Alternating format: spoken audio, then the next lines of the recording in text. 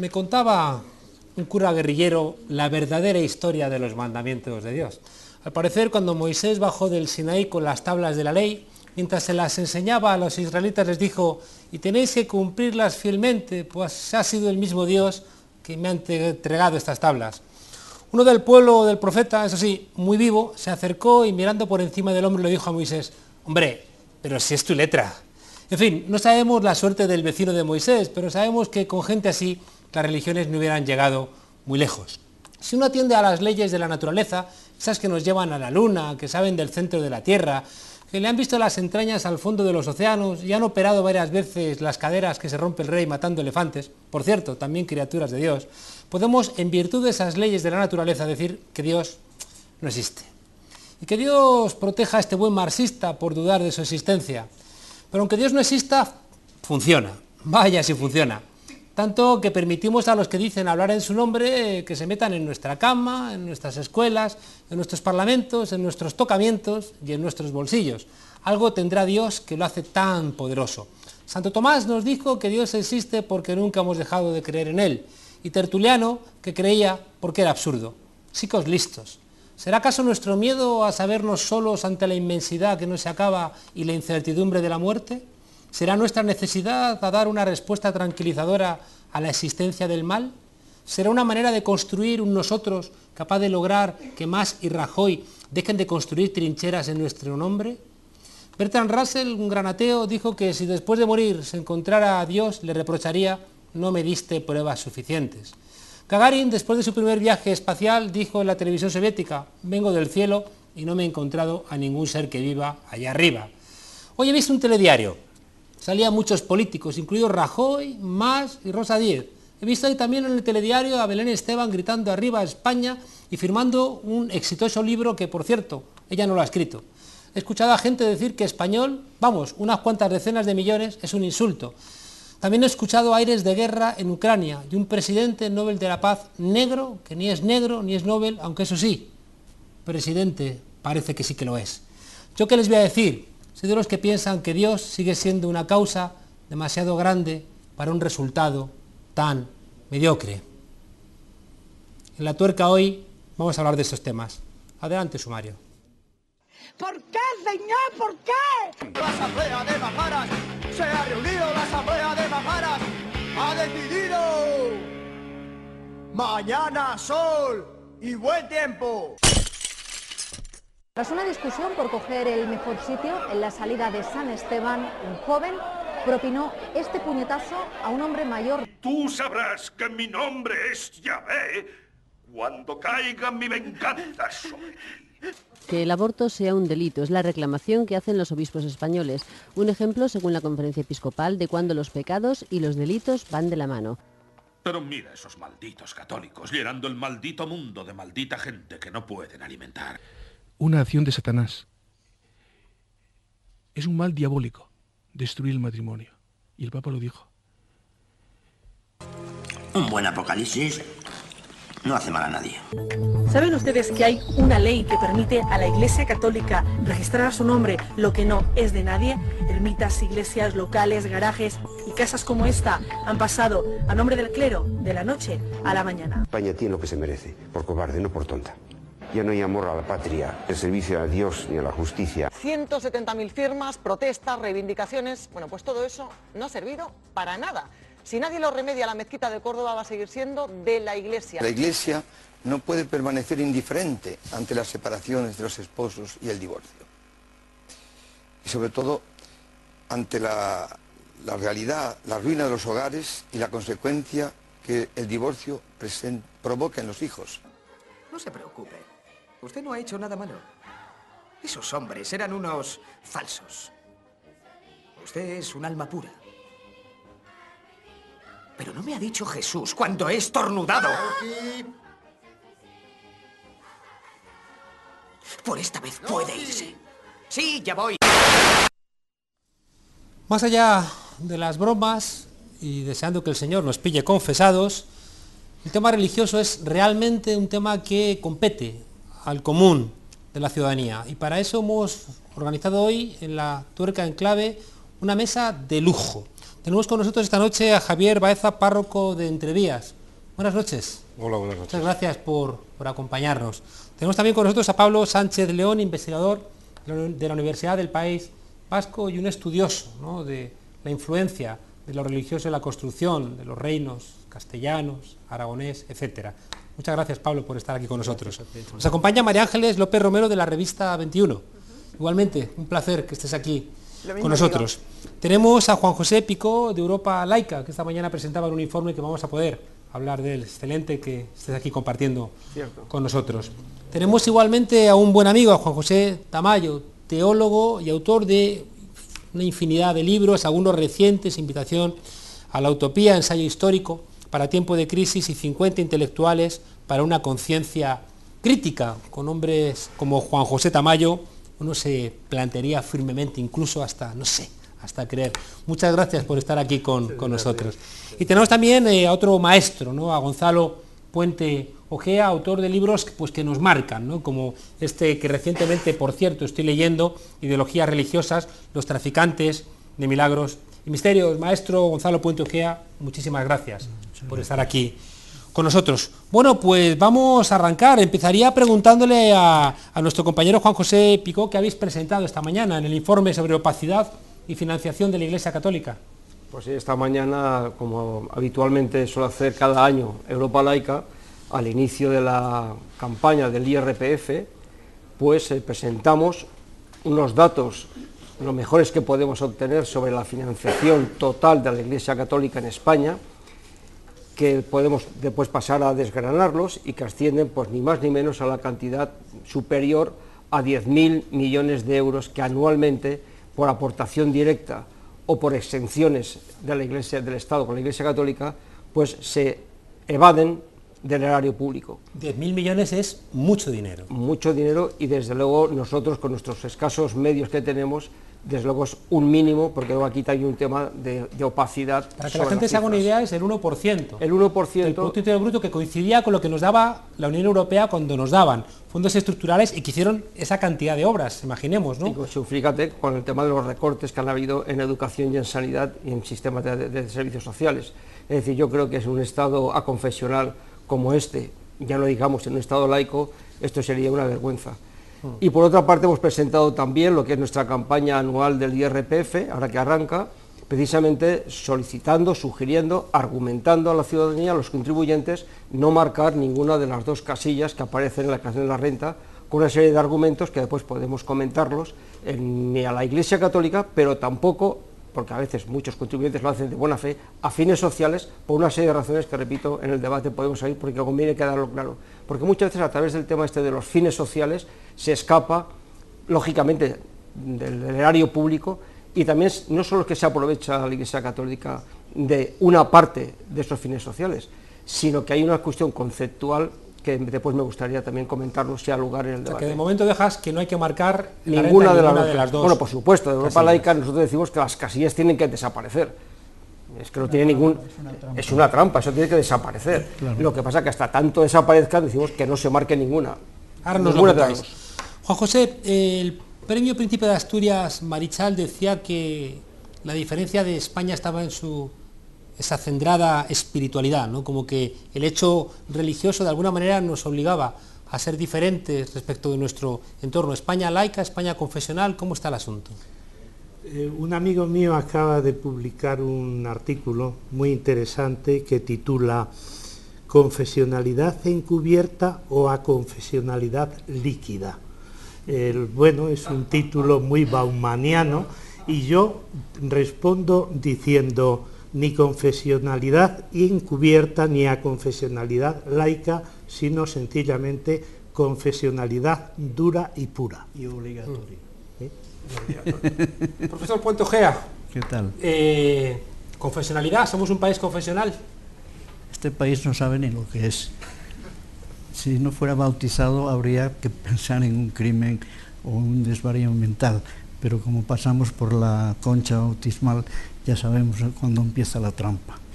Este país es un país ignorante, sobre todo los católicos, que no tienen la menor idea de cómo se ha constituido históricamente el dogma católico. un dogma por lo demás absurdo y autocontradictorio hasta un grado inverosímil, de manera que la triste situación de este país, que se debe a muchísimos y complejos factores, yo pongo en la jerarquía de la importancia y el peso de cada factor, en primer lugar, en cuanto a ignorancia y desconocimiento, lo que es la realidad, la pasada y la presente, a la fe católica. Pero hay países que también son mayoritariamente católicos y no hacen tantos disparates como los hacemos en el Reino de España. Eso es un problema de vocación. Pablo, ¿qué papel ha desempeñado la Iglesia Católica en esta construcción complicadísima de lo que sea España? Bueno, la Iglesia, o sea, no el catolicismo o a lo mejor no los católicos. La Iglesia lo que ha hecho es en el siglo XIV-XV servir al primer Estado que se puede definir casi moderno de la historia occidental, su propia estructura burocrática y al mismo tiempo unos fines colectivos que son completamente contrarios a un imaginario de ciudadano. Aquí se asume que se es católico, es decir, universalista por una parte, pero en realidad para no definir derechos nunca, no garantizar y estar constantemente en una especie de lucha apostólica hacia el exterior, que vuelca, digamos, las políticas de España en lugar de hacia su sociedad, pues hacia la implantación de poder sobre otras sociedades, y eso es el papel de la Iglesia ya desde la edad moderna. El problema llega con la... Mucho antes, desde que nace, sí, antes de los godos. Bueno, bueno, eso es una discusión, pero en cualquier caso los reyes católicos son los que generan que dice la cruz y la corona, las dos hipotecas de la historia de España. Sí, y lo razona, no, está claro, sí, no digo que no. Lo que sucede es que a partir del siglo XIX las cosas de alguna manera cambian y la Iglesia Católica empieza a ser un factor de movilización de ciudadanos, pero para que pierdan derechos. Esto es la gran paradoja que consigue la guerra civil y la dictadura de Franco. Lo que pasa es que con un efecto colateral que no solemos reconocer los españoles, y es que los años 40, 50, 60 en España son el periodo de producción de ateos más grande de la historia de la humanidad. O sea, el intento de imponer un orden en tiempo moderno que mire tanto hacia una especie de mito católico, lo que produce es una sociedad hipersecularizada, incluso diríamos de más, muy materialista, muy consumista, muy descreída de la religión como... De hecho, pues yo de pequeño iba a Inglaterra y me señalaban con el dedo los ingleses y me decían, tú eres católico, ¿no? Y yo les respondía a uno, es la primera vez que escucho esa palabra dicha sobre mí. Yo no sabía que era católico, porque el catolicismo en España se vive como cultura y la Iglesia es su baluarte de una forma de vivir en sociedad, no de espiritualidad, no de creencia. Esto es lo que es quizá una forma de resumir la historia de la Iglesia española. Es un poder y por lo tanto es un poder de este mundo, ¿no? Bueno, y ahí está la Inquisición, ¿no? Como un brazo armado ideológico relevante, pero ¿no? Tú mismo les podías haber respondido a los ingleses, vosotros sois también anglicanos, ¿no? Porque el anglicanismo forma parte de la identidad cultural de Inglaterra, lo digo con sentido del humor, es decir, sí. Cuando te dicen, pero tú eres católico, y tú les podías haber dicho, y vosotros sois anglicanos, porque claro, si el anglicanismo se caracteriza por algo, es por esa conformación de una iglesia de Estado y un Estado de la iglesia. Claro, pero con una diferencia que me podían decir, no, yo soy cuáquero, no, yo soy calvinista radical, es que esa es la diferencia con España, que tú solo puedes responder, pues no, yo no soy católico porque soy ateo.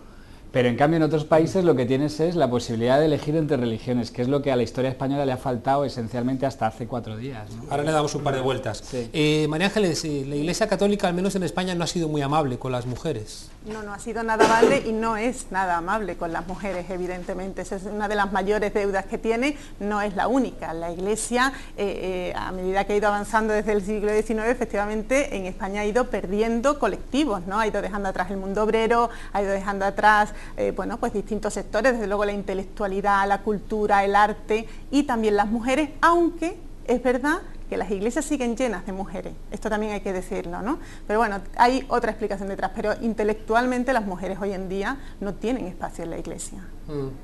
Javier Baeza, párroco en Entrevías, construyendo una iglesia bastante diferente a la que significa Rouco y compañía. Bueno, es que la Iglesia afortunadamente no es Rouco y compañía. Será una parte de la Iglesia, como en equipos de fútbol hay entrenadores que nos gustan. En ese sentido, a mí me parece que con el tema que estáis comentando, pues claro, yo creo que hay un problema grande y es la hegemonía, decía Pablo, ¿no? La hegemonía absoluta histórica de la institución de la Iglesia Católica, que como cualquier otra instancia de poder, un partido político, un sindicato, una institución cultural, yo entiendo que debe tener su presencia en la sociedad.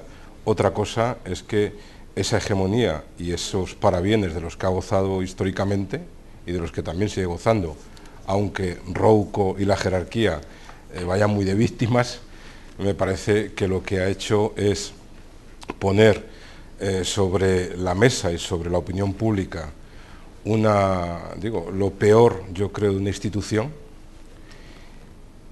teniendo dificultades u ocultando toda otra realidad de muchos creyentes, gente de iglesia, que seguramente no afirmo, que no tenemos tanta sabiduría histórica, pero que desde esas plataformas, como pudieran ser otras, ¿no?, como creyentes, pues vamos intentando acompañar procesos de personas, ¿no? Y eso también creo que nos sitúa en otro espacio ante la opinión pública, desde luego, y por otro lado también a veces nos crea ciertos conflictos con la misma jerarquía de la Iglesia. La construcción geopolítica, incluso también en la hegemonía del modelo neoliberal, no han sido tampoco ajenos ni Juan Pablo II ni Benedicto XVI, ¿no? Parece que ahora mismo el Papa Francisco parece raro, ¿no? Hasta la CNN lo insulta, pero lo insulta y lo llama comunista precisamente porque tanto Juan Pablo II como Benedicto XVI parece, ¿no?, que han sido fichas importantes en la construcción de ese modelo hegemónico neoliberal. Sí, sin lugar a duda, y podríamos, y si sacamos lista de culpas, pues seguro que podemos añadir muchísimas más, ¿no? Yo, con respecto a esto que apuntas del nuevo Papa, a mí tampoco me parece que sea un gran revolucionario. Lo único es que la Iglesia sale de, creo que son 3 o 4 décadas de un oscurantismo impresionante. Entonces, yo me imagino la situación en una caverna, que es donde creo que el pontificado de Juan Pablo II y Benedicto XVI ha llevado a la Iglesia. En una caverna, cuando uno enciende una pequeña luz, esta cobra una dimensión impresionante, ¿no? Me parece que, y que a los creyentes este nuevo Papa nos da ánimo, pero creo que después de un año tenemos que exigir y tenemos que pedir no solo el ámbito simbólico, que ha sido importante, sino pasos concretos respecto a algunas cosas que se nos han pensado que este Papa era raro porque la frase que más repetía todo el mundo de él es "este va a durar poco", ¿no? Y me parecía que eso le hacía extraño. Vamos a escuchar qué ha dicho el diputado Coscubiela recientemente. Adelante, vídeo. Creo que en algún momento da la impresión que tenemos un gobierno dirigido por un presidente que se llama Botín y por un vicepresidente que se llama Rouco Varela. Pues ustedes me dirán. Pues si se refiere al botín, pues sí. Pues creo que el botín... Es que claro, yo creo que aquí hay... con minúscula. Porque claro, yo creo que son dos niveles que pueden plantearse aquí en el debate. Uno es el tema del nivel de las creencias, y ahí pues el discurso del Papa, según apunta desde Entre Rías, que es una referencia inequívoca, yo creo que aquí en Madrid y en otros sitios, pues puede ser muy entusiasmante, pero bajo el punto de vista de lo que significa la otra cara de la institución, que es la cara donde cual la Iglesia interfiere en lo común, en lo político, no solo en las creencias, con las leyes que tenemos por ahí, sino también en la parte económica, que es lo que está ahora más en el candelero, lo que hemos presentado esta mañana. Yo creo que ahí queda mucho trecho por recorrer. Porque claro, posiblemente en los símbolos, en la simbología que tú hablabas, en el espíritu cristiano, pues los que sean cristianos pues se verán ahí una luz, como tú decías, pero los que no participamos de esas creencias y sin embargo sufrimos la intromisión en lo común, creemos que en fin, que esto hay que romperlo. Y no hay que romperlo, yo creo que aquí está la clave, solo desde la Iglesia, porque no creo que la Iglesia vaya a retirarse de lo político. Aquí lo que necesita es que desde la política se avance y ponga a la Iglesia en su sitio. María Ángeles. Sí, la verdad es que a mí me agrada mucho que hagamos esa distinción, ¿no?, entre fe y esa estructura, sobre todo esa jerarquía que está representando a la Iglesia, pero que realmente no es representativa de la Iglesia ni de toda la Iglesia, ¿no? Indiscutiblemente, bueno, yo estoy de acuerdo contigo en que hay que hacer esa evolución, esa transformación. Pero en la política, desde la política. Sí, desde la política. La Iglesia no va a retirar de sus prebendas. A eso me refería, verás, una cosa que me llama muchísimo la atención es el poder que estamos dando a la jerarquía, el poder político, ¿no? La relevancia que tiene aparentemente su voz, cuando en realidad ya no tiene ese poder social ni siquiera dentro de la Iglesia. Y me explico. Es decir, tú, Javi, lo sabes, o sea, hay una inmensa mayoría de creyentes que viven al margen, o sea, su fe al margen de las directrices de la jerarquía, incluso abiertamente en contra. Eso es algo que está a la orden del día y se puede comprobar. Son como trotskistas, pero del Claro, pero es que además, mira, los datos, por ejemplo, de la encuesta europea a la juventud, cuando se le pregunta por el espacio donde constituyen o forman sus ideas del mundo, nombran en primer lugar a la familia, en segundo lugar a los amigos, los medios de comunicación, la escuela. O sea, cuando se les pregunta por parroquias, obispos y sacerdotes, no llega al 3,3%. Estamos hablando... Mira, María Ángeles, yo tengo aquí la encuesta, el estudio del CIS, del barómetro del mes de marzo. Dice, católicos, declarados católicos, el 71%. Pero que practiquen, porque casi nunca practican, o solo varias veces al año, el 74%. Claro. Que dice que los que practican son el 26%. Y el 26% sobre el 71% da la friolera del 20% de católicos practicantes. Y si hacemos la desagregación, bueno, hace la desagregación el CIS por edades, ese 20% de católicos practicantes en el rango de 18 a 34 años baja al 9%. Claro. Entonces yo me pregunto que con este grado creciente de secularización en la sociedad española, ¿cómo es posible que desde el poder político se permita la intromisión de ese otro poder, que es un poder que yo también reconozco, que es un poder económico, y que es un lobby económico, y que es una franquicia del Vaticano en España, en este caso, por la cuestión económica y por la cuestión de proselitismo? Y es una cuestión del poder de los distintos gobiernos de turno y a todos los niveles que tienen que poner cada cosa en el sitio, porque los que no somos o somos laicos, exigimos ese tema. Y yo no digo... Pero ahí hablan también que sin necesidad de serlo, ¿no? ¿Cómo? Que no hace falta ser laico para tener este mismo tipo de planteamiento, claro. Y es un problema de conciencia. Básicamente tiene que ver, yo creo, con que los laicos no son ateos, ¿eh? El catolicismo no es, que se puede ser un religión ante laico. todo, es otra Vamos cosa. A ver, ¿qué es laico? Un creyente puede ser laico, claro. En el momento en que establece la separación de campos y no permite la injerencia de una instancia en otra. Pero no solo la separación, sino la subordinación. Es decir, en un Estado de derecho democrático moderno, pues las iglesias tienen que ocupar un lugar, pero no puede ser el lugar de simplemente que la separación, como si se tratase de dos esferas que son casi cotérminas, ¿no? Una está muy por delante, muy por encima. La lealtad es a la Constitución, no es a Roma, ¿no? De todas maneras, a mí, de lo que has planteado, esto de decir la Iglesia Católica es neoliberal, bueno, ya nos gustaría que fuese solamente eso, ¿no?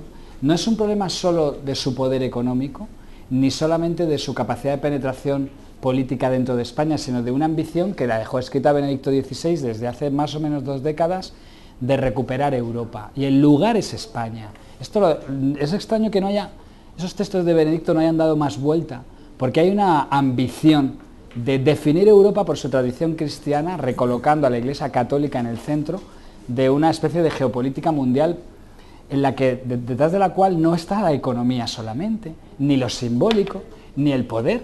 Está la vieja lucha por controlar almas, esencialmente por ganar una partida geopolítica mundial en torno de las luchas entre religiones. El catolicismo pierde terreno y el lugar donde se planteó que podía recuperarlo era Europa, el lugar del tercer mundo, donde se había, hasta lo que se llamaba, que hasta entonces había sido un lugar de pelea y en los últimos decenios ha perdido terreno. México, quizá, ¿no?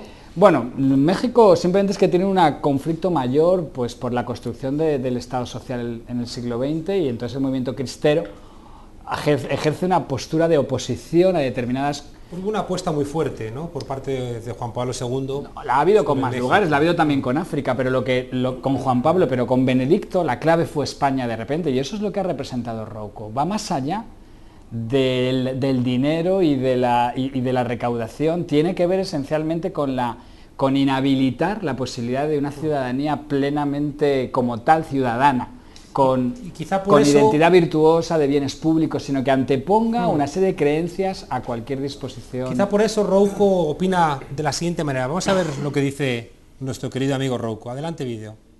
No sabemos exactamente cuáles fueron los propósitos e intenciones últimos de los que pensaron, programaron, ejecutaron los atentados de Atocha, del Pozo y de Santa Eugenia. Porque hubo personas que con una premeditación escalofriante estaban dispuestas a matar a inocentes, a fin de conseguir oscuros objetivos de poder. No sé si tenemos también preparado el vídeo de la intervención de Rouco en el funeral de Suárez. ¿Lo tenemos preparado?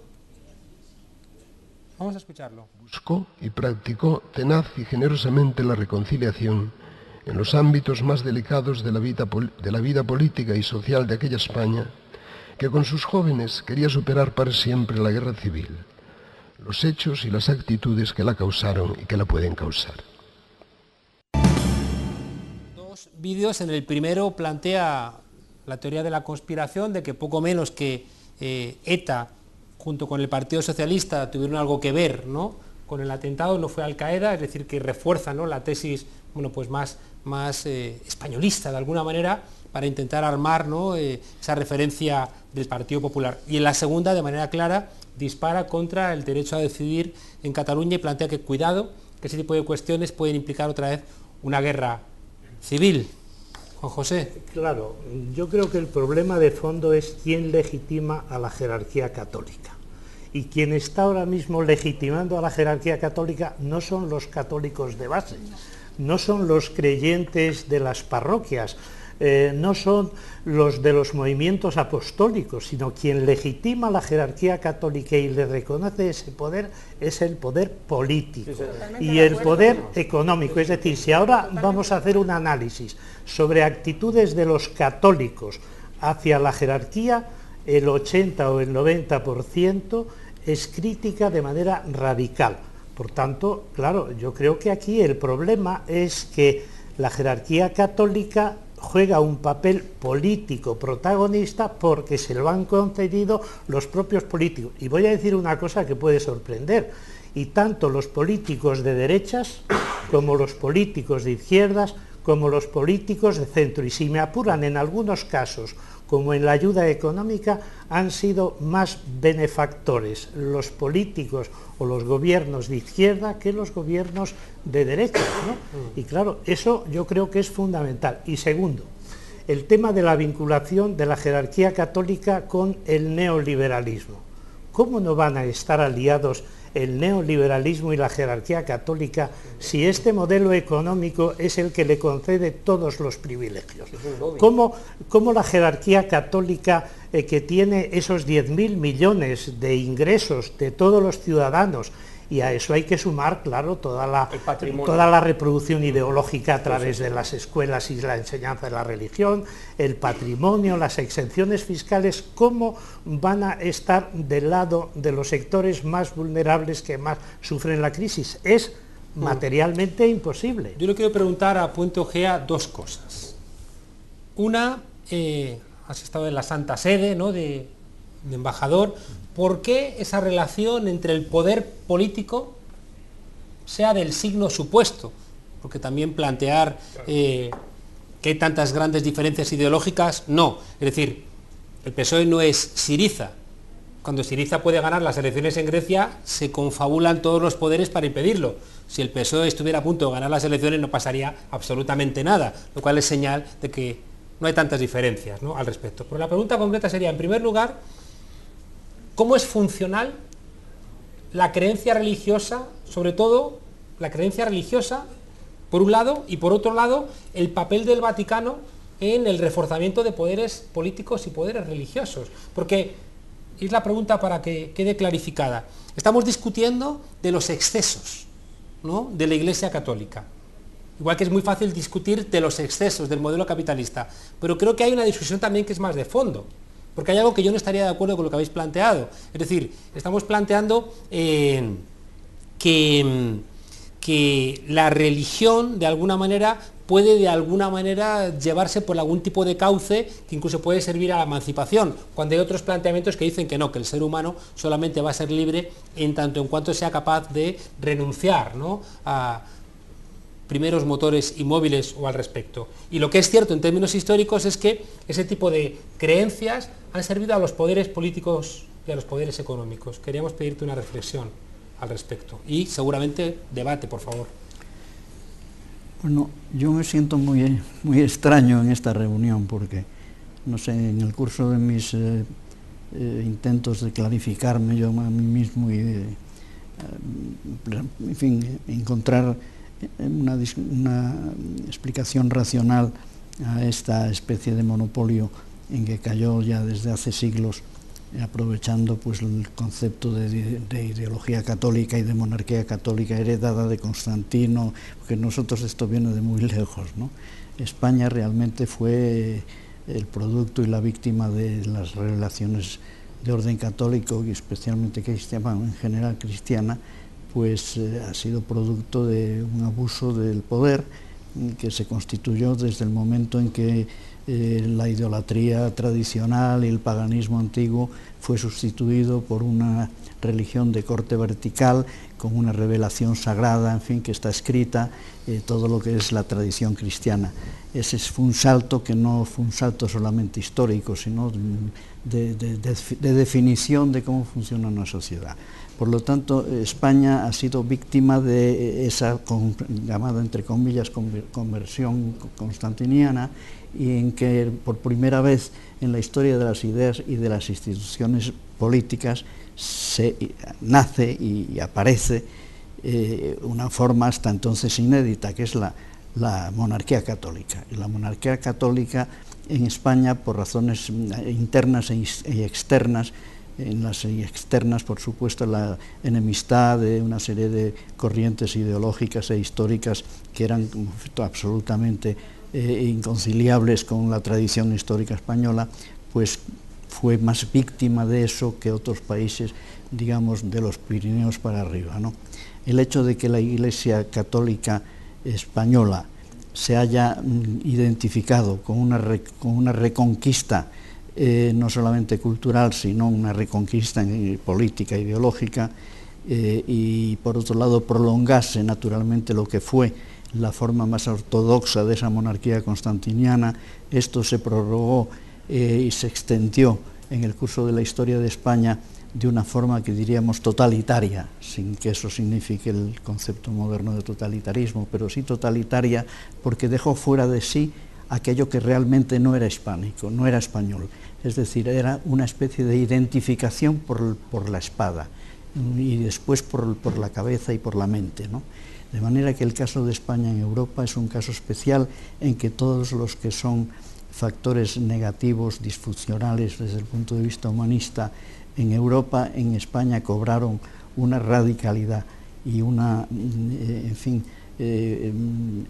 una ilimitación verdaderamente contra todo lo que sería una construcción ciudadana auténtica, y España hereda esto y seguimos en esto. Y por lo tanto aquí estas preguntas que me has hecho hay que contestarlas desde el punto de vista de lo que es España y no solamente el catolicismo.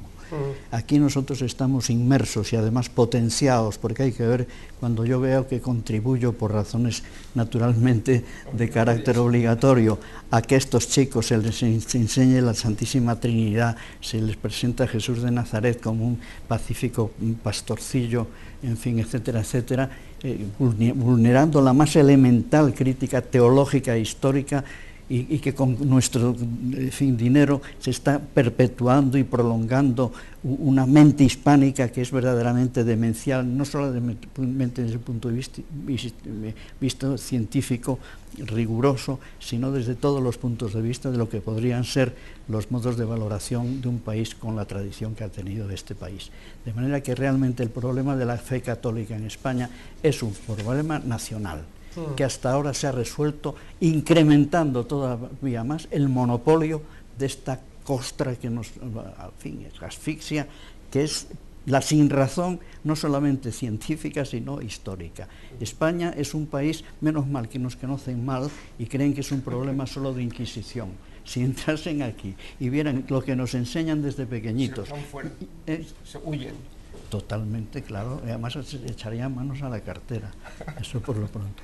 De manera que yo me encuentro muy extraño porque yo modestamente con mi equipo mental que está como todos los humanos limitados por factores de todo tipo, pero que sin embargo con un esfuerzo puede uno pues, sondear y escudriñar cómo se ha constituido este fenómeno histórico de la Iglesia, no solamente espiritual. A mí yo me niego a hablar de espiritual porque el concepto de alma espiritual, cualquier científico medianamente conocedor, ya, pero ¿de qué me habla usted? Dígame cómo se traduce eso. El espíritu es evidente que ningún hombre serio que trabaje sobre los métodos de investigación de cómo funciona el cerebro, la mente, cómo funciona el ser humano, no puede aceptar el dualismo en esos extremos de pensar que hay un espíritu, el alma inmortal, etcétera, etcétera, y por otro lado pues una mente que son neuronas jerarquizadas, conectadas, etcétera, etcétera. De manera que, repito, el problema español es un problema que tiene una difícil solución porque está este despropósito, este descarrilamiento del hombre hispánico, está tejido y amasado con una historia muy desgraciada, una historia que en definitiva pierde su liderazgo y se limita a ser una colonia, primero pues externa, después romana, después más o menos musulmana, es decir, es un país invadido, permanentemente invadido, que tiene una conformación militar añadida a la conformación ya en sí militar de lo que es la profesión del catolicismo como una y de la revelación cristiana como alguien que está ahí, que es una figura, que es el nazareno, Jesús de Nazaret, que de repente lo convierten pues en fin en el espíritu en forma de hombre humanizado. Todo este disparate, ¿no?, mental, pues vivimos de eso y además lo financiamos, eso es lo grave, ¿no? Pablo. Por juntar la intervención anterior con esta, ¿no? Porque, claro, hay una tradición muy clara. Las revoluciones en Latinoamérica han tenido una componente de participación de cristianos de base fundamental. Es decir, hay una cultura católica revolucionaria, bueno, o transformadora, radical, y si no nos explica desde Cuba a Chile, pasando por cualquier otro lugar. El problema es qué lugar ocupa la jerarquía en cada una de esas culturas políticas. Y ahí es donde el caso español parece que lo que cuenta Gonzalo es a tener en cuenta. Y entonces yo le haría una pregunta a Juan José de vuelta. Los católicos, y a ti también, ¿no? ¿Los católicos de base españoles están ahora por fin históricamente en condiciones de asestar el golpe que en Latinoamérica se ha podido dar a lo largo del siglo XX, que es romper con su jerarquía activamente de una manera que permita una recomposición comunitaria razonable? Porque mi experiencia de investigador por un lado y también personal es que finalmente en España, al final la Iglesia Católica acaba terminando ganando la batalla porque cuenta con una base social que en el fondo siempre es finalmente de apoyo a la jerarquía. Es decir, los cristianos de base críticos terminan en algún momento aceptando que hay unos límites y que son miembros de una comunidad y se deben a su jerarquía.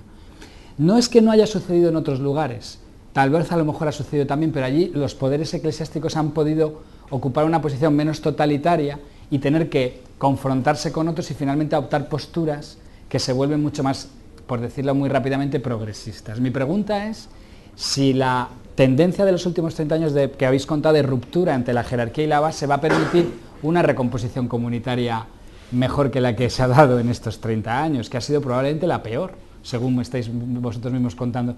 Una jerarquía cada vez más en el poder, aupada al poder económico, político, financiero y de todo, y una base crecientemente crítica, aparentemente, pero en realidad crítica desde su casa, vamos a ponerlo en esos términos, ¿no? Bueno, yo en los países latinoamericanos que conozco, 3 o 4, en algunos de ellos viví, claro, no he visto por ningún lado el supuesto progresismo de los que contestan a la jerarquía y se consideran muy católicos, muy de golpe de pecho, y pasan a una reunión internacional con ellos, y estos cristianos latinoamericanos, argentinos, etcétera, etcétera, realmente son que, me lo dicen gente que viene de Chile, de Argentina, dice, oye, pues yo estoy asombrado la pérdida de contacto con lo que es el movimiento de las ideas y de la filosofía y de la ciencia con relación a Europa.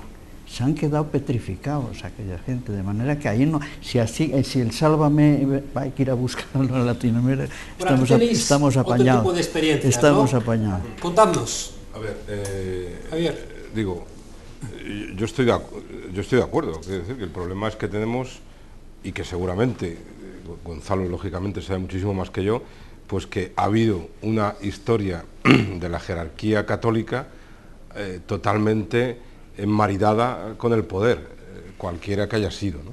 Entonces, claro, para mí la diferencia puede ser precisamente lo que señalaba Pablo como ejemplo, como referencia a Latinoamérica, el lugar social desde el que los creyentes se han situado en Latinoamérica y aquí. En ese sentido, efectivamente, yo creo que hay un problema de madurez en las comunidades, en los creyentes aquí, en la vieja y burguesa Europa. Quiero decir que, y por eso me parece que lo que como creyentes, con apoyo mayor o menor de la jerarquía latinoamericana, como creyentes, lo que han conseguido y lo que han favorecido las comunidades, las comunidades creyentes en Latinoamérica, precisamente ha sido que el sujeto fundamental de la comunidad no era la jerarquía.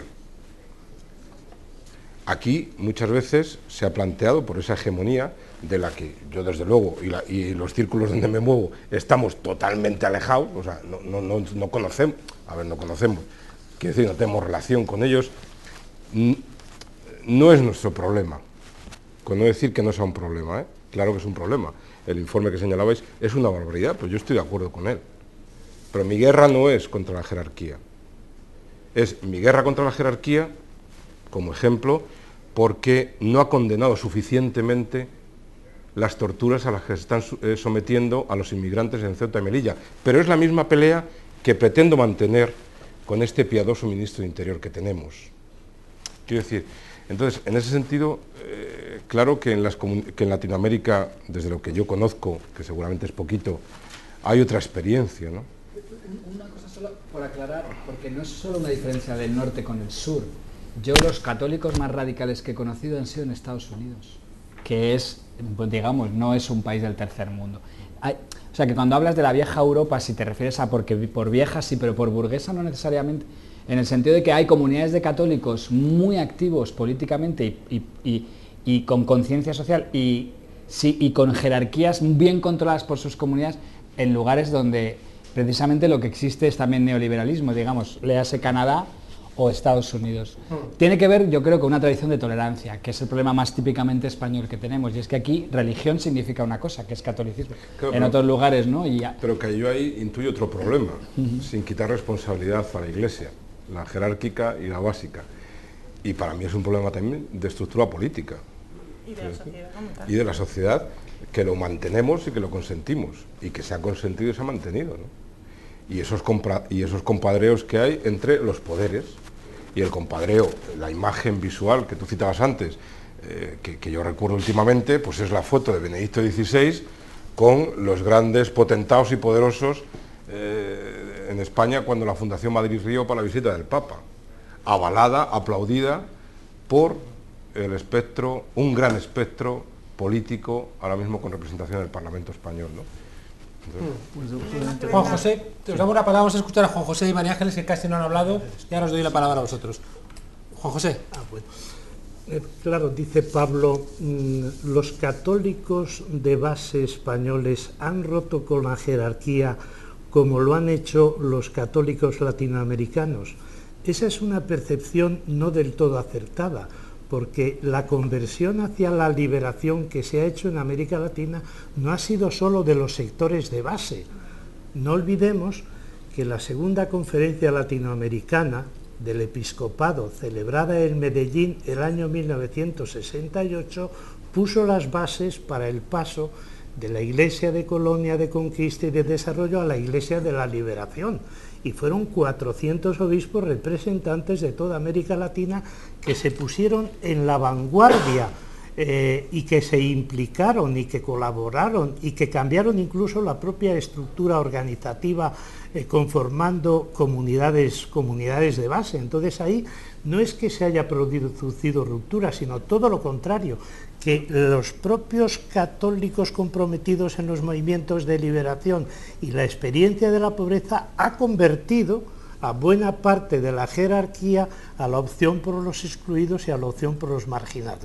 Y luego has dicho otra cosa que no me cabe, no me entra a mí, al menos desde mi percepción, ¿no? Lo de pero seguís en casa. Has venido a decir, o incluso con esta expresión, pero seguís en casa.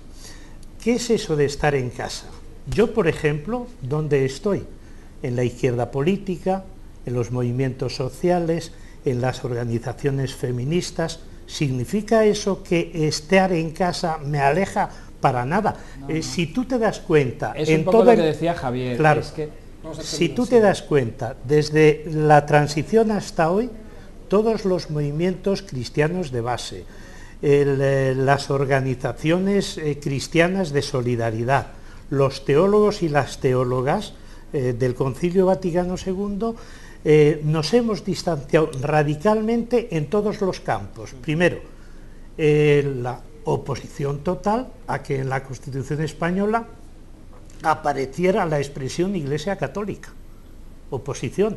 Le contaba a Gonzalo, antes de entrar en esta reunión, que tuve un encuentro con Santiago Carrillo en la Carlos III, en unas jornadas sobre la República, y le dije, ¿cómo es posible, Santiago, que yo, el 20 de diciembre de 1977, estuviera manifestándome delante de la Nunciatura para oponerme a que apareciera la Iglesia Católica en la Constitución y tú en ese mismo momento estabas levantando el brazo, el puño o lo que fuere, defendiendo esto? Y a partir de ese momento ha habido un distanciamiento en el campo político por el tipo de apoyo a las organizaciones o a los partidos que se defendían. Y así y en el campo social exactamente lo mismo.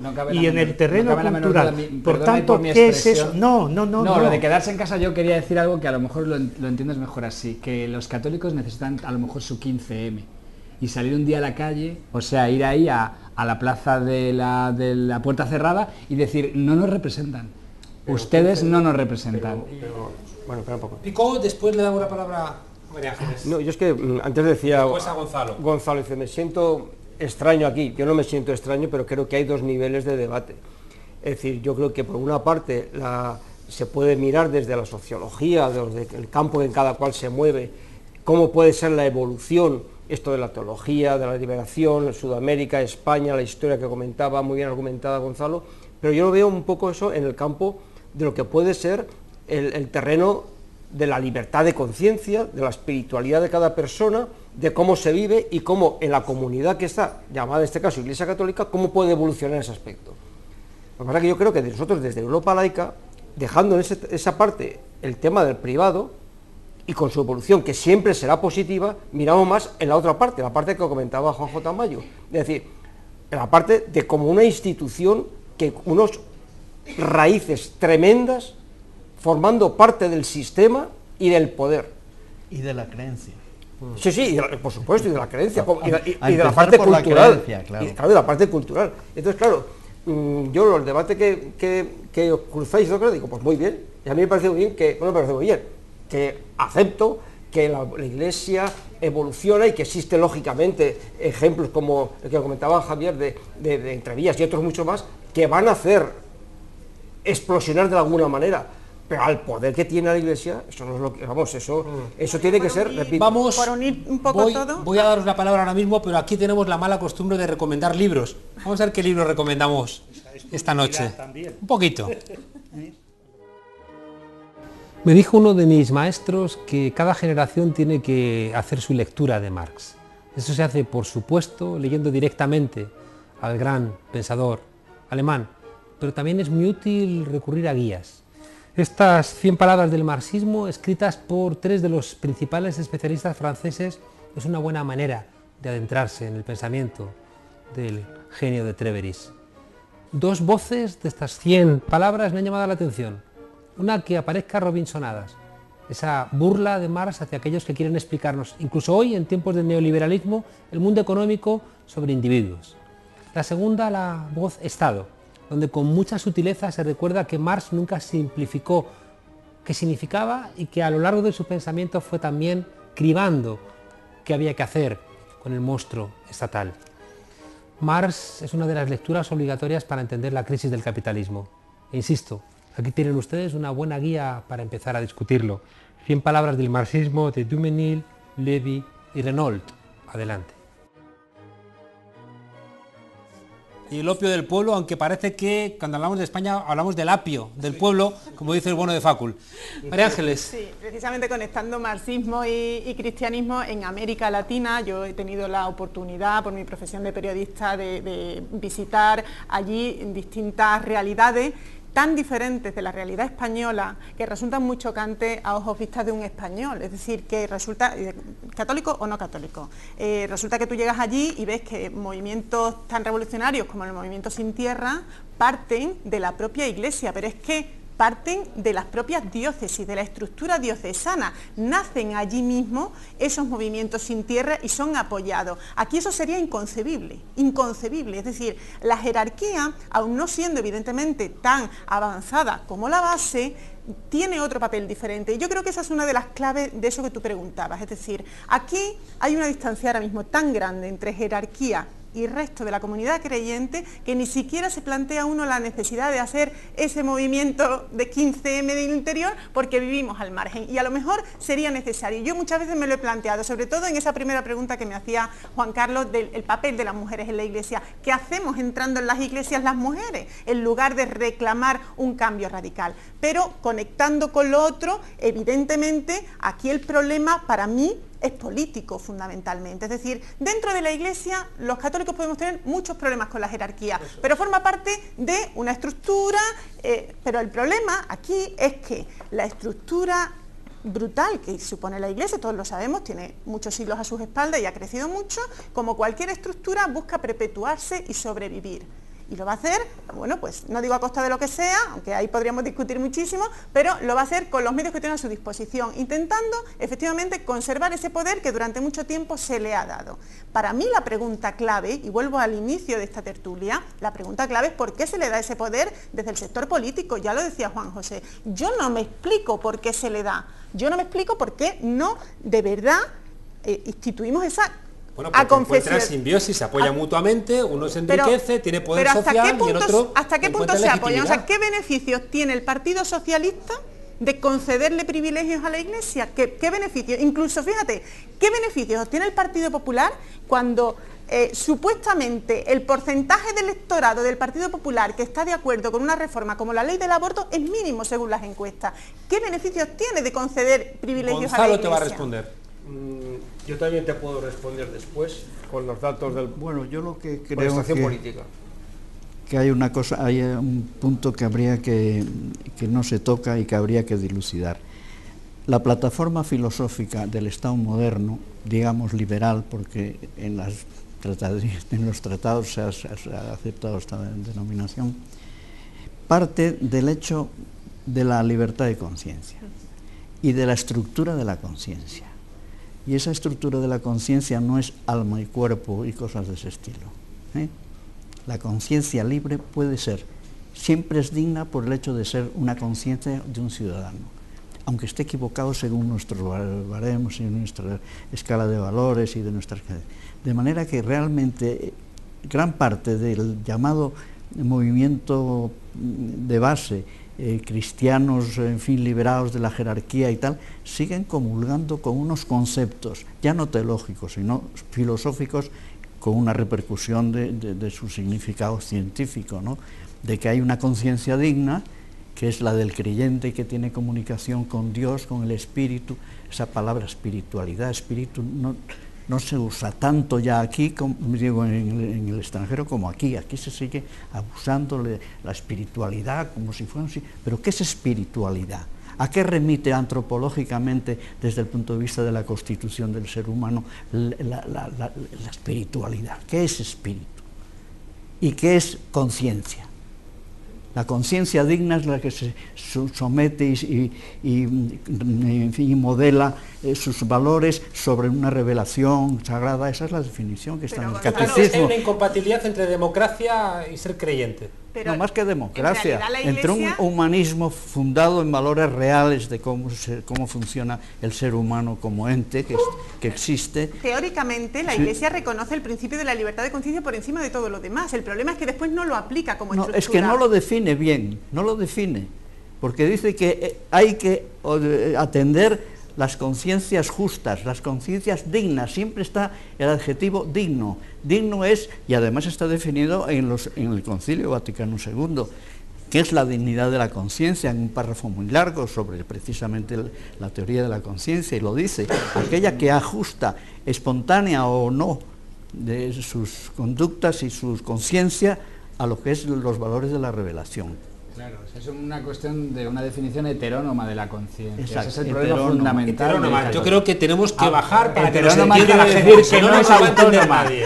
Pues que la gente, uno no puede pensarlo todo libremente. En el siglo XVIII lo dejaron. Eso se llamaba entonces entusiasmo. Creerte que lo que tú crees que el mundo es te va a permitir vivir una vida. El católico dice no, teológicamente inaceptable, Bueno, porque Dios es el único que sabe de qué va la realidad y tú tienes que amoldar tu conciencia a una jerarquía de valores. Pero eso no Y tiene si nada lo que haces ver con bien- lo que vive Javier en entrevías con la gente. ¿No, Javier? Cuéntanos. Vamos, digo, no estoy nada de acuerdo. Quiero decir que, más allá de las definiciones teóricas, que también Marx dijo lo que dijo, y también, claro, es que digo, si nos movemos en el ámbito teórico, bueno, que está muy bien discutir de eso. Yo, como no lo sé.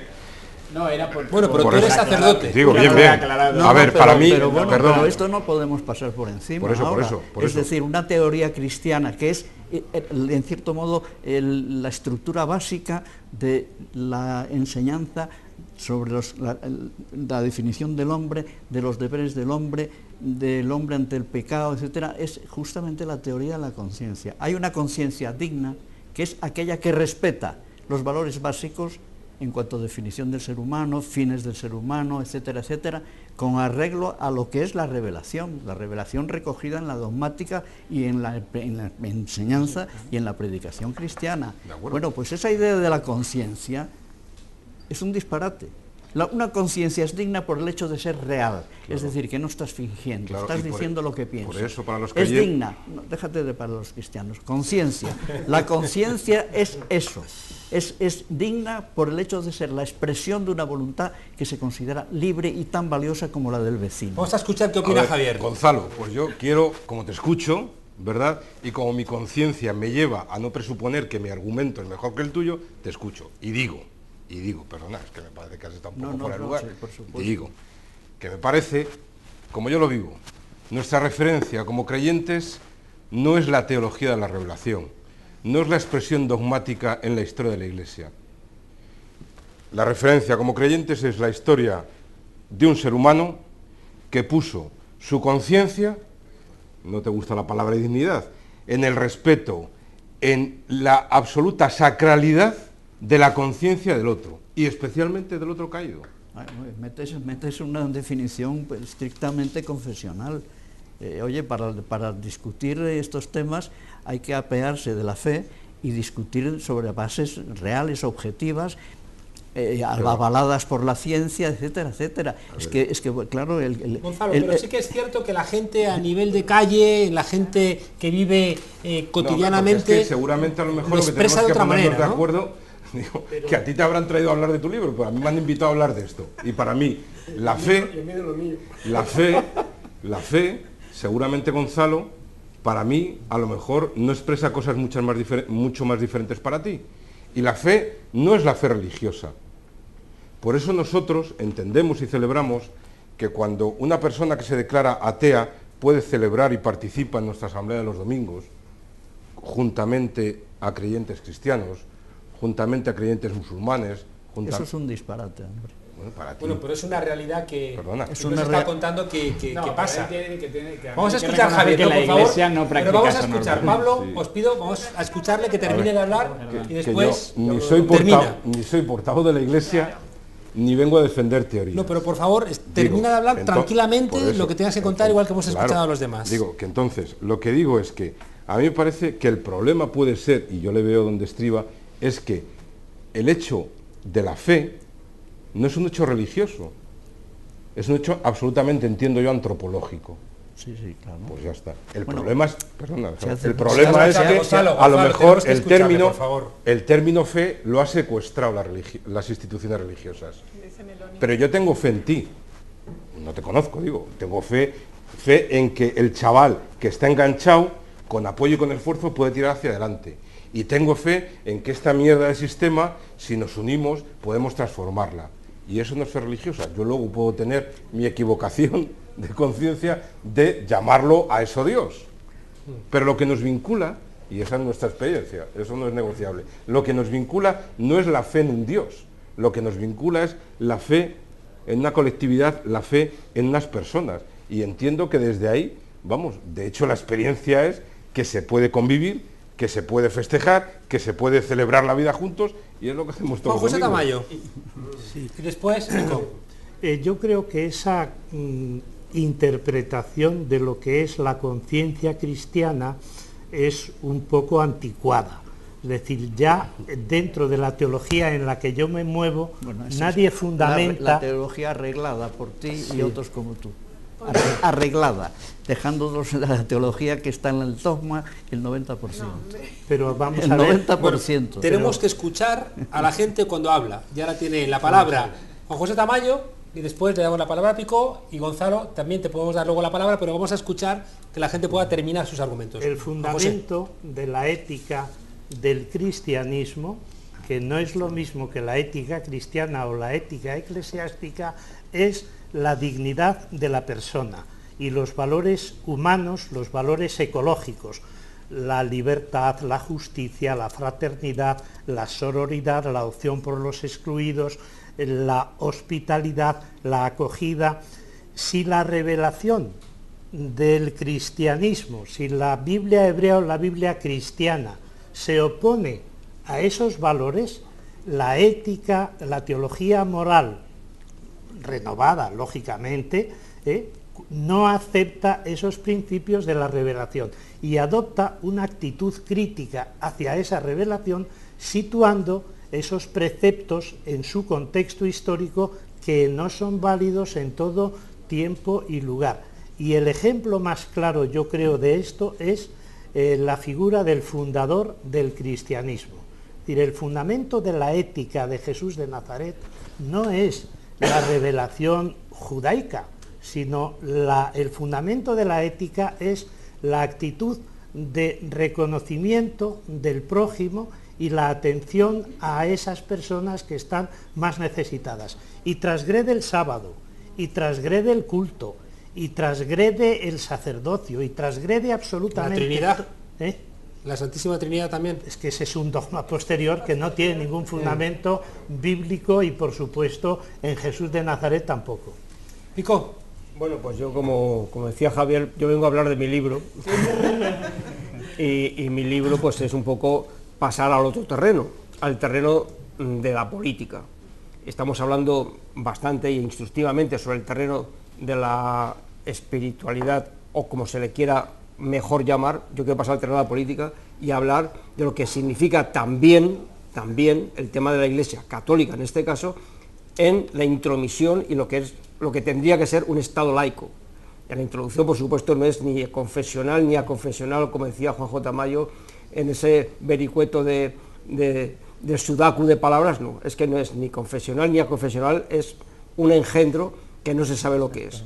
Y yo lo que quiero es sacar a la palestra el tema de ir hacia un Estado laico, entendiendo, más allá de declaraciones académicas que había que consolidar, que por supuesto que el laicismo no es anti-iglesia, el laicismo no es ateo, el laicismo no es de izquierdas, el laicismo es democracia. Libertad para todos. El laicismo es la separación de las iglesias del Estado el respeto de la res pública, el respeto de lo común, la no intromisión, y eso aquí en España se está reventando por todos los sitios. Y por lo tanto yo reclamo desde el poder político que coja el papel que le corresponde en defensa de lo común, lo que es de todos, y reclamo de la Iglesia, o por lo menos de su jerarquía, que no se aproveche y que saque a la palestra su espíritu cristiano, saque a la palestra el espíritu cristiano para no aprovecharse de cosas que de verdad. En cualquier caso, porque, no por es... ejemplo, Juan Carlos, sí, ese aprovechamiento yo lo saco muy claramente, por ejemplo, en la usurpación que está haciendo de bienes a través del tema de las inmatriculaciones. Por ejemplo. Es un ejemplo, dice, ¿la ley se lo permite? Sí que se lo permite. Pero que la Iglesia Católica... Es un reglamento hecho en el... Sí, en el 46, claro. Pero cambiado en el 98. Sí, sí. Pero que la Iglesia como institución se aproveche de ese privilegio que le da el poder político para no llevar su mensaje cristiano haciendo arrope de riqueza de esa manera usurpada, eso no puede ser. Pero digo, por lo tanto, yo quiero sacar el tema de pasar a lo político. Un Estado laico lo que diferenciaría claramente a lo que es común. El otro debate de las espiritualidades... En cualquier caso, perdona Pablo, en cualquier caso, yo entiendo, y la gente que nos está viendo seguramente intuye que hay dos niveles de la discusión, ¿no? Es como, fijaos, es como discutir de las barbaridades o de las cosas buenas que hizo la URSS, o preguntarnos si el marxismo o la propia izquierda tenía que necesariamente devenir, ¿no?, en la Unión Soviética. Y aquí parece que había dos discusiones, una muy evidente, que son las barbaridades que hace en nuestro país la Iglesia Católica, o la jerarquía de la Iglesia Católica, o la institución católica, y por otro lado, si es posible la emancipación o la democracia desde posiciones también de fe. Para la primera, que es más sencilla, Facu nos ha preparado un documento. Vamos a escucharle y ahora seguimos con nuestro debate. Adelante, vídeo. Porque la Iglesia no quiere quedarse fuera de la polémica, porque los católicos también tienen derecho a escuchar barbaridades en boca de sus representantes, porque ellos también usan la libertad de expresión para quedar mal. Vamos a escuchar un top 5 de declaraciones locas de representantes de la Iglesia. En el puesto número 5 tenemos al cardenal de Santo Domingo, Nicolás de Jesús López Rodríguez, sobre el matrimonio gay. Este es un plan macabro para exterminar a la humanidad. Me opondré hasta la muerte al matrimonio gay.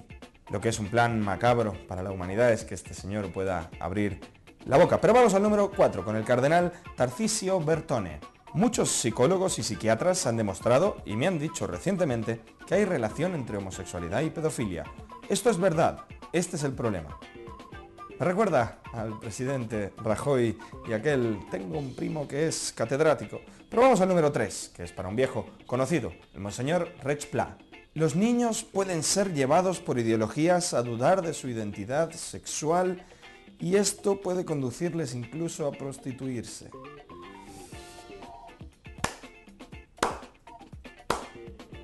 Vamos con los dos últimos. En el puesto número 2, un clásico de las barbaridades, Rouco Varela.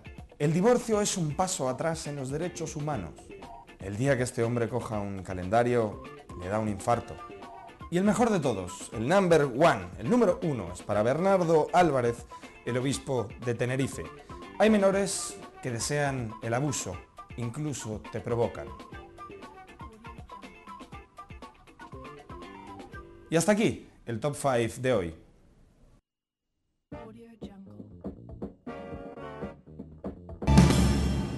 En fin, Facus es lo que tiene. Pablo, decías que se podían juntar los dos elementos. Yo creo que el análisis que hacemos por separado no es completo. No vamos a llegar nunca a entender cuál es la racionalidad de la Iglesia si nos quedamos en que lo que busca es dinero y poder. Porque es más, y si fuera solamente eso no habría este tipo de declaraciones por parte de los obispos. Hay cuestiones de fondo que tienen que ver con una cultura moral que se intenta imponer colectivamente desde arriba, y en ella yo estoy con Gonzalo, yo defiendo completamente lo que planteáis vosotros sobre que existe una forma teológica diferente de ver el catolicismo. Faltaría más, porque es que hay muchos catolicismos, por suerte, pero luego está la que nos ha tocado vivir, y sobre todo en España, y sobre todo en Europa Occidental, y sobre todo hasta muy recientemente. Se resume, y de ahí lo de heteronomía, en que al catolicismo le cuesta mucho entender una cosa que en cambio en el mundo reformado se da con facilidad, y es la que permite que leamos, y es la libertad de interpretación de los textos. Aquí hay una obsesión con el dogma, lo que la Iglesia dice, lo que Cristo es, en lugar de lo que yo veo, lo que yo interpreto, como yo lo vivo, que es un poco la postura que tenéis vosotros, pero que en cambio nunca ha sido la de la jerarquía. Y entonces la jerarquía lo que busca es control social por una vía que va mucho más allá, es metapolítica. Y lo siento, es una pena, pero es así. Es decir, ¿cómo vais a conseguir desde Europa laica frenar a la Iglesia si no entendéis que hay mecanismos que están más allá del simple control de los recursos económicos y políticos y de sus parabienes y sus buenas relaciones con los grandes poderes? Es que la Iglesia está en otro lugar también, que es en las costumbres de los españoles. Y entonces no es una crítica, es como... No es una crítica, yo digo que tienes ahí en Francia la ley de 1905, separación de Iglesia y Estado, y hay una convivencia perfecta entre todos los creyentes y no creyentes. Exacto, pero... ¿Me permites, sí, prolongando lo que decías? El tema está en la heteronomía, es decir, en la autonomía de la voluntad. Lo que aquí se llama liberalismo, que es el liberalismo filosófico creado en el siglo, fines del XIX, Francia, en fin, el núcleo europeo, que es pues una doctrina filosófica de tipo humanista, pero pues, por otro lado muy con mucho idealismo filosófico, en fin, desde el punto de vista de credo filosófico es muy tenue y muy de poca entidad, pero es la que nuestros políticos podían entender en cuando aquí se trazó más o menos la construcción del Estado liberal moderno en España. Los revolucionarios eran los liberales, los que se exiliaban, y eso ha quedado aquí, ha quedado esa especie de clasificación. Entonces esos señores son ultraliberales, y en ese sentido no cabe duda que la condena por parte de la Iglesia y de los líderes intelectuales católicos de esa forma de liberalismo perdura, es decir, la autonomía de la voluntad no se respeta de verdad, no se respeta, y sin eso no hay liberalismo, porque la teoría de la conciencia es lo que diferencia la mente religiosa de la mente civil, de la mente que se atiene a lo que cree desde el punto de vista racional, después de un examen, etcétera, etcétera, valiéndose de fuentes abiertas, no fuentes que dictan ideas como la Iglesia. Este aspecto, bueno, la Iglesia, España no está curada de eso. Empezó a curarse en la República, y por eso la República fue tan desmandada. No porque fueran malos los republicanos, ni porque la Segunda República fuera una mala forma de gobierno. Era una excelente forma que había instaurado el laicismo como regla de convivencia humana dentro de lo que es un Estado moderno. Y por eso hubo una guerra civil, comandada por la Iglesia y fabricada por la Iglesia. Y para eso hay pruebas. Quiero que veamos un vídeo de una iglesia diferente que parece que podría, de alguna manera, entroncar con otra reflexión. Vamos a verlo y ahora te doy la palabra, María Ángeles, para que lo comentes. Adelante, vídeo. Venga, valiente. Es Joseán Fernández Fernando, alias Maguila, exmiembro de ETA, 22 años en prisión. A su izquierda le da ánimos para que hable Rosa Rodero, viuda del sargento de la Ertzaintza Joseba Goicoechea, asesinado por la banda terrorista en 1993. A su derecha, Asun Lasa, su hermano fue torturado, asesinado y enterrado en Calviva por el GAL. Es la primera vez que se produce en Madrid un encuentro así, todos hablando de la necesidad de superar el dolor para alcanzar la paz. Fue una reunión abierta, aunque organizada de forma discreta, celebrada en la parroquia de San Carlos Borromeo, en Vallecas. Medio centenar de asistentes preguntó o dijo lo que quiso a cada uno de los tres protagonistas. Evidentemente, esta realidad, que es mucho más amplia que ese ejemplo magnífico que es la San Carlos Borromeo, esa realidad configura también la realidad de la Iglesia. Nosotros, por ejemplo, en la revista 21, digamos que damos voz a toda esa otra Iglesia que funciona de este modo. ¿Qué pasa? Pues que la jerarquía tiene, creo que es evidente, nostalgia del estado de cristiandad. Tiene nostalgia de conservar un poder absoluto sobre toda la sociedad, la política, o sea, influencia, etcétera, etcétera.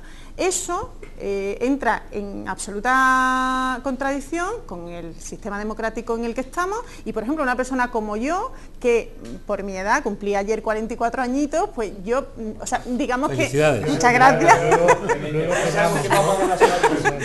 Luego os invito. Pues, o sea, mis recuerdos se circunscriben a la democracia, a la libertad. Yo soy creyente, pero yo, digamos que he vivido mi fe y he alimentado mi fe en un ambiente de libertad, rodeada además de una inmensa mayoría de personas no creyentes. Mis mejores amigas no lo son, por poner un ejemplo, ¿no? Personas de mi familia, todos tenemos en nuestro entorno personas no creyentes. Para mí es una absoluta contradicción y una incongruencia con lo que yo concibo como fe cristiana el que la Iglesia pretenda imponer su concepción, no ya las cuestiones económicas, sino que tú hablabas, Pablo, su concepción de la vida y su verdad. Y el problema de los obispos ahora mismo es que piensan que su verdad es la única verdad y que tienen que imponerla a todos, ¿no? Para mí esa es la gravedad del momento. Primero, no tienen sentido de la realidad. A mí me llama muchísimo la atención, creo que le pasa también a los políticos, por cierto, pero o sea, no tienen conciencia de verdad de lo que se cuece a pie de calle. O sea, no saben lo que ocurre, pero no digo en la calle, fuera, no, dentro de sus propias iglesias, no lo saben. Y yo os pongo un ejemplo sencillo, Domingo de Ramos, en una parroquia, no voy a decir el nombre, en Sevilla, mi ciudad, Domingo de Ramos, presidida por un sacerdote que tiene responsabilidades dadas por un arzobispo que no es precisamente progresista. Eso sería además difícil aquí en España. Bueno, pues ese sacerdote estaba presidiendo la Eucaristía del Domingo de Ramos, dio la comunión con dos mujeres a su lado dando también la comunión. Junto a él estaba una mujer que todo el mundo en la comunidad sabe que se ha divorciado, que tiene una nueva pareja, que convive con ella sin estar casada y que se ha quedado embarazada. Por ejemplo, ¿no? El señor que toma oficialmente las fotografías allí en la parroquia, conocido por todos, pues es la nueva pareja de otra chica divorciada. Además, a su lado hay un chico en el coro gay con su pareja, que todos conocen su condición de gays. Eso, bueno, Javier lo vive en su parroquia con absoluta naturalidad, pero es que se vive en muchísimas otras parroquias. Todo eso esa no te realidad hace social católica. No, porque mira, aquí la cuestión en todo esto es que a veces tenemos unos estereotipos enormes sobre lo que significa la fe cristiana. Javier Meloni, por ejemplo, insiste mucho en distinguir lo que es fe, religión e iglesia. Es decir, no podemos confundir el vaso con el contenido. Para mí eso es clave. Es decir, yo me siento iglesia porque me siento una creyente dentro de una comunidad de creyentes, pero no me siento representada por la jerarquía de la iglesia. ¿Eso qué significa? Pues que yo, como demócrata y a la vez creyente, quiero una sociedad en la que se respete al otro. Quiero una sociedad en la que uno pueda libremente, por ejemplo, celebrar un funeral y no tenga por qué ser un funeral católico. Me indigna que una persona tenga que insistir una y otra vez en un tanatorio público, pagado con el dinero de todos, para que no le pongan cruz a su ataúd o no le den un responso o no lo reciba un cura. Me indigna. María Ángeles, sois los trotskistas del Moscú Vaticano. No, es acabar con un crucifijo en la cabeza clavado. Pero que esto es mucho más común porque de lo hay que un choque. creéis. Pero el laico. Vamos a escuchar a Gonzalo. Claro. Pero Gonzalo, claro. después Juan José Tamayo. Gonzalo. Bueno, tenemos que ir breves porque nos queda muy poquito tiempo. Bueno, es que estamos discutiendo aquí como si la Iglesia de hoy fuera una invención de hace 10 años o 30 o 40. Es que la ética que se recoge, por ejemplo, en la ética básica es la ética del matrimonio y la ética sexual. Eso es lo que crea problemas en general para todas las fe religiosas que tienen clientelas, ¿no? Por una razón, porque el concepto de sexualidad y del goce sexual ha tenido, en fin, no solamente en la praxis, sino en general en el tratamiento ético en los últimos años, ha sido revolucionario, ¿no? Es decir, que los burgueses anglicanos o de cualquier lugar del mundo y los católicos y tal harían aspavientos y tal si dijeras, en fin, que te puedes ir con tu querida y al mismo tiempo con la legítima si está de acuerdo y tal. Eso le parecería una mezcolanza, de manera que, claro, la práctica hoy día es tan absurda y tan autocontradictoria que da fenómenos como, no quiere decirse que mi opinión moral sobre ti mismo es por eso defectuosa, ¿no? Me pareces una persona encantadora por tu sinceridad y por tu claridad intelectual, pero no cabe duda que tu postura no es la de la Iglesia, del catolicismo, es la del catolicismo, no concuerda con la tuya. Tú estás inventando una fe católica que no es católica. 30 segundos, María Ángeles, Mira, es que no me estoy 30 inventando segundos. nada, o sea, yo me he alimentado de una teología que no es solo esa que tú decías, reinventada por tamaño, no, de una teología que está ¿Cómo? a mano. ¿Dónde? En todas partes. ¿Tú leíste las epístolas de San Pablo? Sí, pero mira, yo... Oye, Pablo es el fundador del cristianismo. Mira, yo, como decía Javier, Hombre, claro, yo soy si aquí cristiana porque... le damos entrada a todo Quisque, pues entonces Mira, ya... Gonzalo, yo soy cristiana porque la figura de Jesús de Nazaret me maravilla, me alucina. Jesús de Nazaret fue un combatiente por su patria. Y por eso los romanos le pusieron el No estoy de acuerdo de testimonio. eso. ¿Cómo no estás de acuerdo? Pero si eso es un tema, bibliográficamente está lo mejor que se ha escrito sobre ese tema. Hoy día es un hecho, hoy día es un hecho. Para mí creer en Jesús de Nazaret es lo que me lleva a defender un Estado laico. Exactamente eso, y no es ninguna incoherencia. Juan José, pero un minuto, porque tenemos que ir terminando, un minuto. Pues voy a hacer una serie de afirmaciones aforísticas. La primera, que la Iglesia Católica no fue fundada por Jesús de Nazaret, sino por Constantino el Grande. Lo que funda y lo que pone en marcha Jesús de Nazaret es un movimiento... Institucionalmente es cierto, claro, desde el punto de pero vista de los contenidos no es así, es que no es así. No seas inquisitorial y déjale hablar. No, pero claro, es que estamos aquí escuchando a un cura, ¿no? Bueno, ya hace falta tiene puntualizar. derecho, ¿no? Claro que sí, pero yo no tengo soy que cura, tener derecho que esas descripciones... Pero cuando has hablado tú, él te ha es falso. escuchado. Bueno, sí. Con estoicismo cristiano. Escúchale Vamos tú a ver. con Ya. tranquilidad atea. La Iglesia Católica no es una fundación de Jesús de Nazaret, sino de Constantino. Y creo que llevaba mucha razón Alfred Loisy, aquel teólogo modernista que fue condenado por Pío X, cuando dijo: Jesús anunció el reino y vino la Iglesia. Y yo digo, qué fracaso. Esa es la primera afirmación. La segunda, catolicismo o cristianismo no tiene nada que ver con dogma, no tiene nada que ver con organización patriarcal, no tiene nada que ver con teocracia, no tiene nada que ver con sexualidad represiva, no tiene nada que ver con jerarquía. Eso es una construcción posterior a partir de la invención o la creación de la Iglesia por parte de Constantino. Lo que Jesús pone en marcha es un movimiento, un grupo de seguidores y de seguidoras que le van acompañando, hombres y mujeres.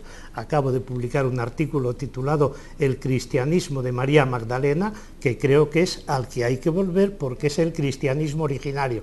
¿Hay que ser poscatólicos? Posiblemente hay que ser paleocristianos. Ya.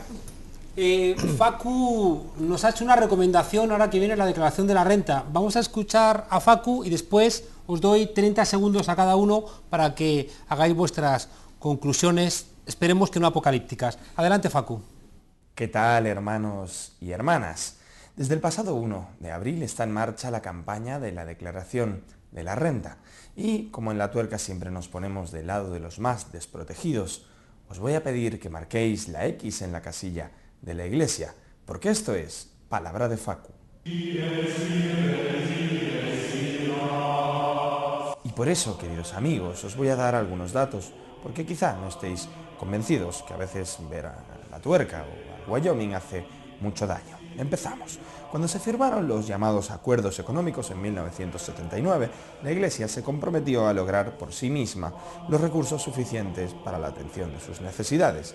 El caso es que han pasado 35 añitos y eso no ha sido posible todavía y tienen alguna que otra dificultad para autofinanciarse. Es por eso que el Estado español tiene que aportar unos 11.000 millones de euros anuales de nada a la Iglesia Católica. ¿Pero en qué se lo gastan? Vamos a ver.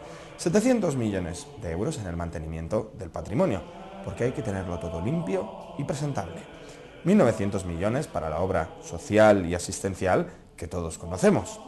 4.610 millones de euros para la enseñanza de la religión católica, porque hay que perpetuar este chollo, señores.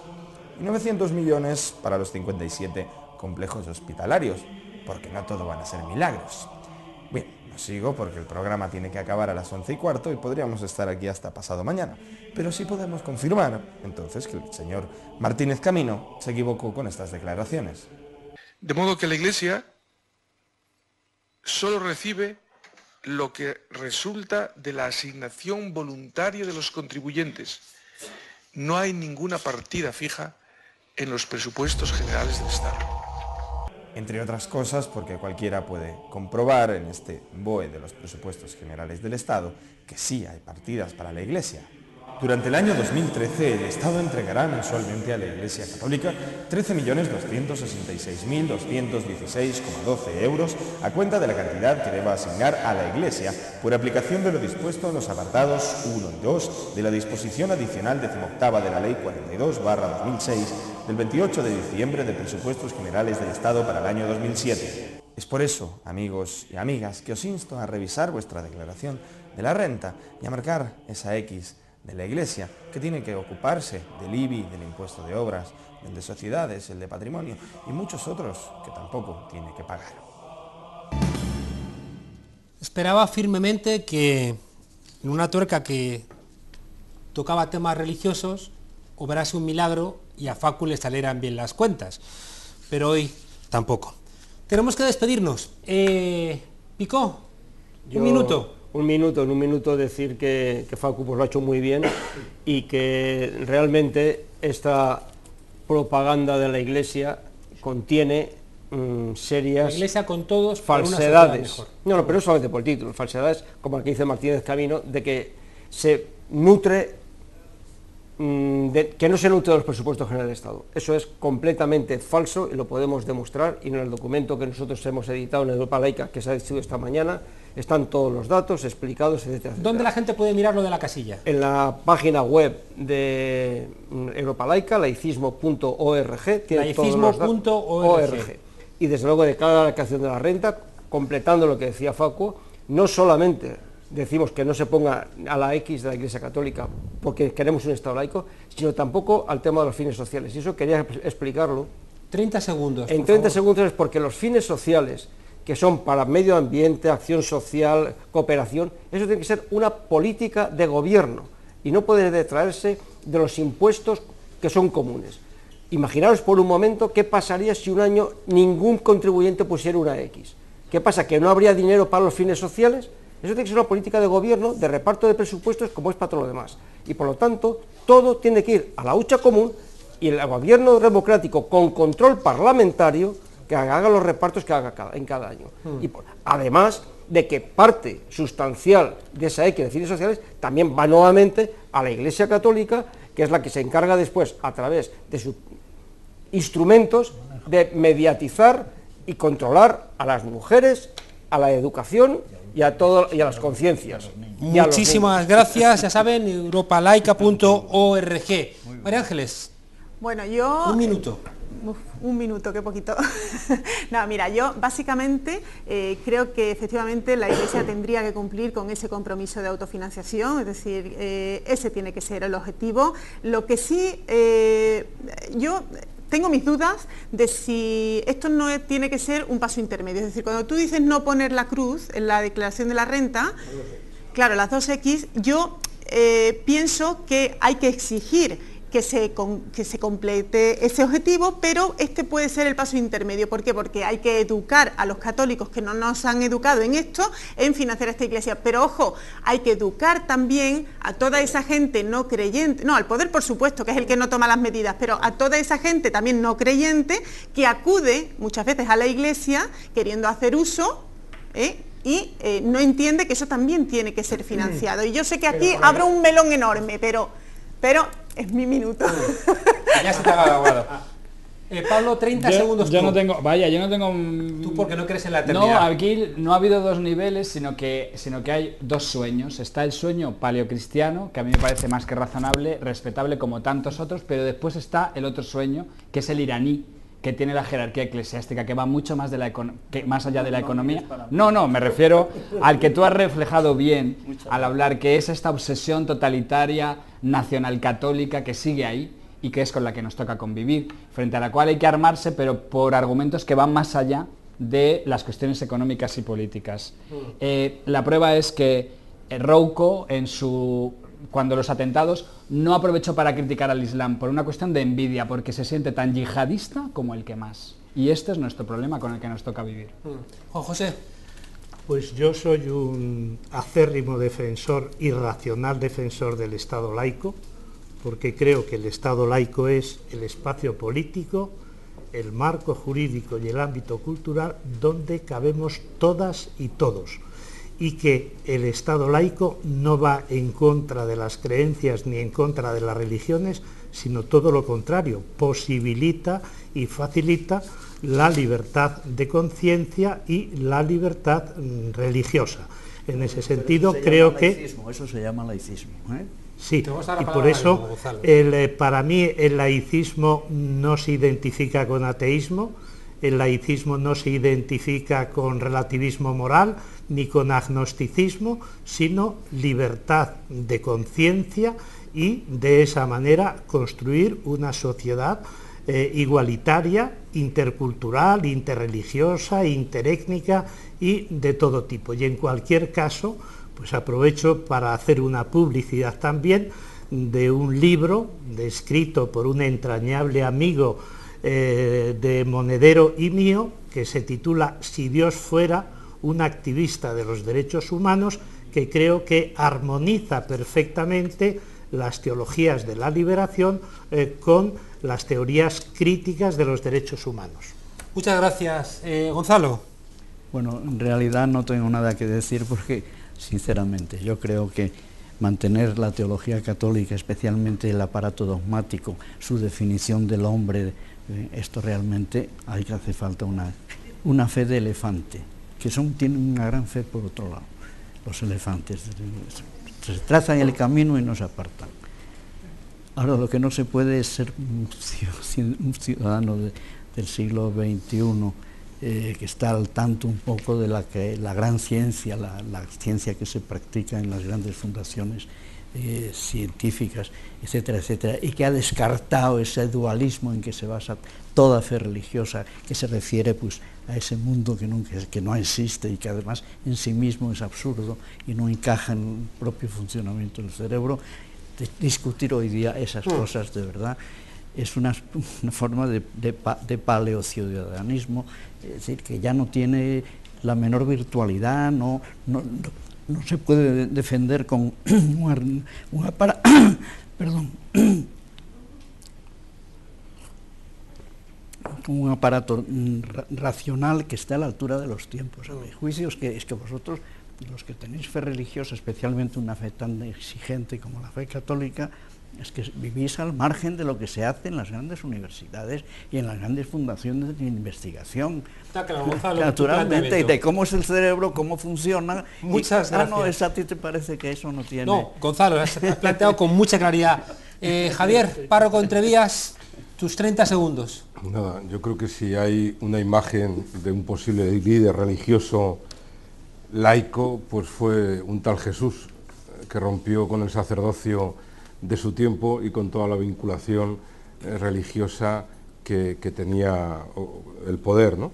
Entonces, en ese sentido, bueno, pues como creyente, no en la Iglesia, sí compartiendo la fe de los demás en esos derechos para todos y para todas, pues por eso estamos preocupados por la privatización de la sanidad, y hacemos lo imposible para que no se excluya a nadie, aunque no tenga papeles ni dinero y el color sea otro, y por eso estamos preocupados por la clericalización de la educación, y por eso estamos preocupados pues porque en nuestras fronteras al otro, que tiene conciencia también, se le tortura, se le asesina y no se le deja entrar por ser pobre, ¿no? Yo creo que en ese sentido me parece que estoy encantado, porque creo que en la medida, como decía Juanjo, que lo explica mucho mejor, ¿no?, que en la medida en que nuestro Estado y nuestra sociedad camine hacia un Estado laico, en ese sentido me parece que los creyentes tendremos también mucha más libertad, no teniendo el peso de la institución sobre nosotros, y que me parece que en ese sentido se garantizan, sin lugar a duda, los derechos de todos y de todas de una manera mucho más real. Muchísimas gracias. Sigo pensando que Dios es una causa enorme, ¿no?, para un resultado tan pequeñito, y recuerden ustedes que eso de a Dios lo que es de Dios y al César lo que es del César, no le den nada al César y repártanlo entre tanta gente necesitada. Muchísimas gracias por este excelente debate. Nos ha faltado tiempo, nos han faltado, bueno, pues seguramente muchos ángulos, pero creo que es muy difícil que en la televisión de este país haya debates de este nivel, porque esto es La Tuerca, la única tertulia sin miedo y con memoria. Y como todos los jueves nos despedimos con un rap, porque queremos que el rap es cultura, y encima un rap cantado por una mujer, Tuerca Rap con Drika. Y ahí nos despedimos. Buenas noches y hasta el lunes. ¿Qué me dices a mí? Quédate en tu sitio. Es que te sientes mejor si alguien te domina. Cállate, dices tonterías. ¿A quién le interesa que no me sienta superior? ¿Y qué saco yo a cambio? No quiero que nadie me domine otra vez. Soy dueña de mí misma. Quiero levantarme y enfrentarme a todo lo que venga.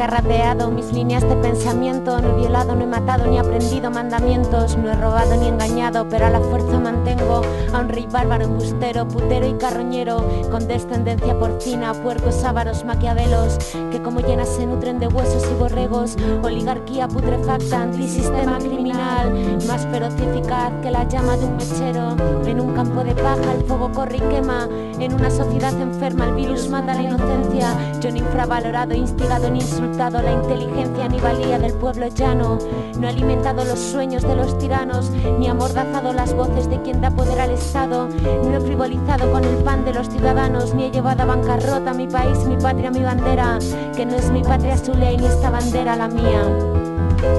Que no es mi patria su ley, ni esta bandera la mía, no es mi patria su ley, ni esta bandera la mía, no es mi patria su ley, ni esta bandera la mía, no es mi patria su ley. No creo en la democracia que invade escuelas con secuelas, que estimula imperios de miseria, libera corruptos sin conciencia, sesgando criterios, marcando escuela, es la tumba que impera, cementerios sin cabeza, telediarios con audiencias, la cultura mercenaria, derechos humanos ignorados, encarcelados, esclavos de hoy en día entretenidos con Évole y el Marca, tertulianos incompetentes lamiendo el plato de su amo, Robocops al servicio, aquí te pillo, aquí te mato, he pagado mis impuestos cuando el trabajo permitía, he ido a la escuela creyendo sus mentiras.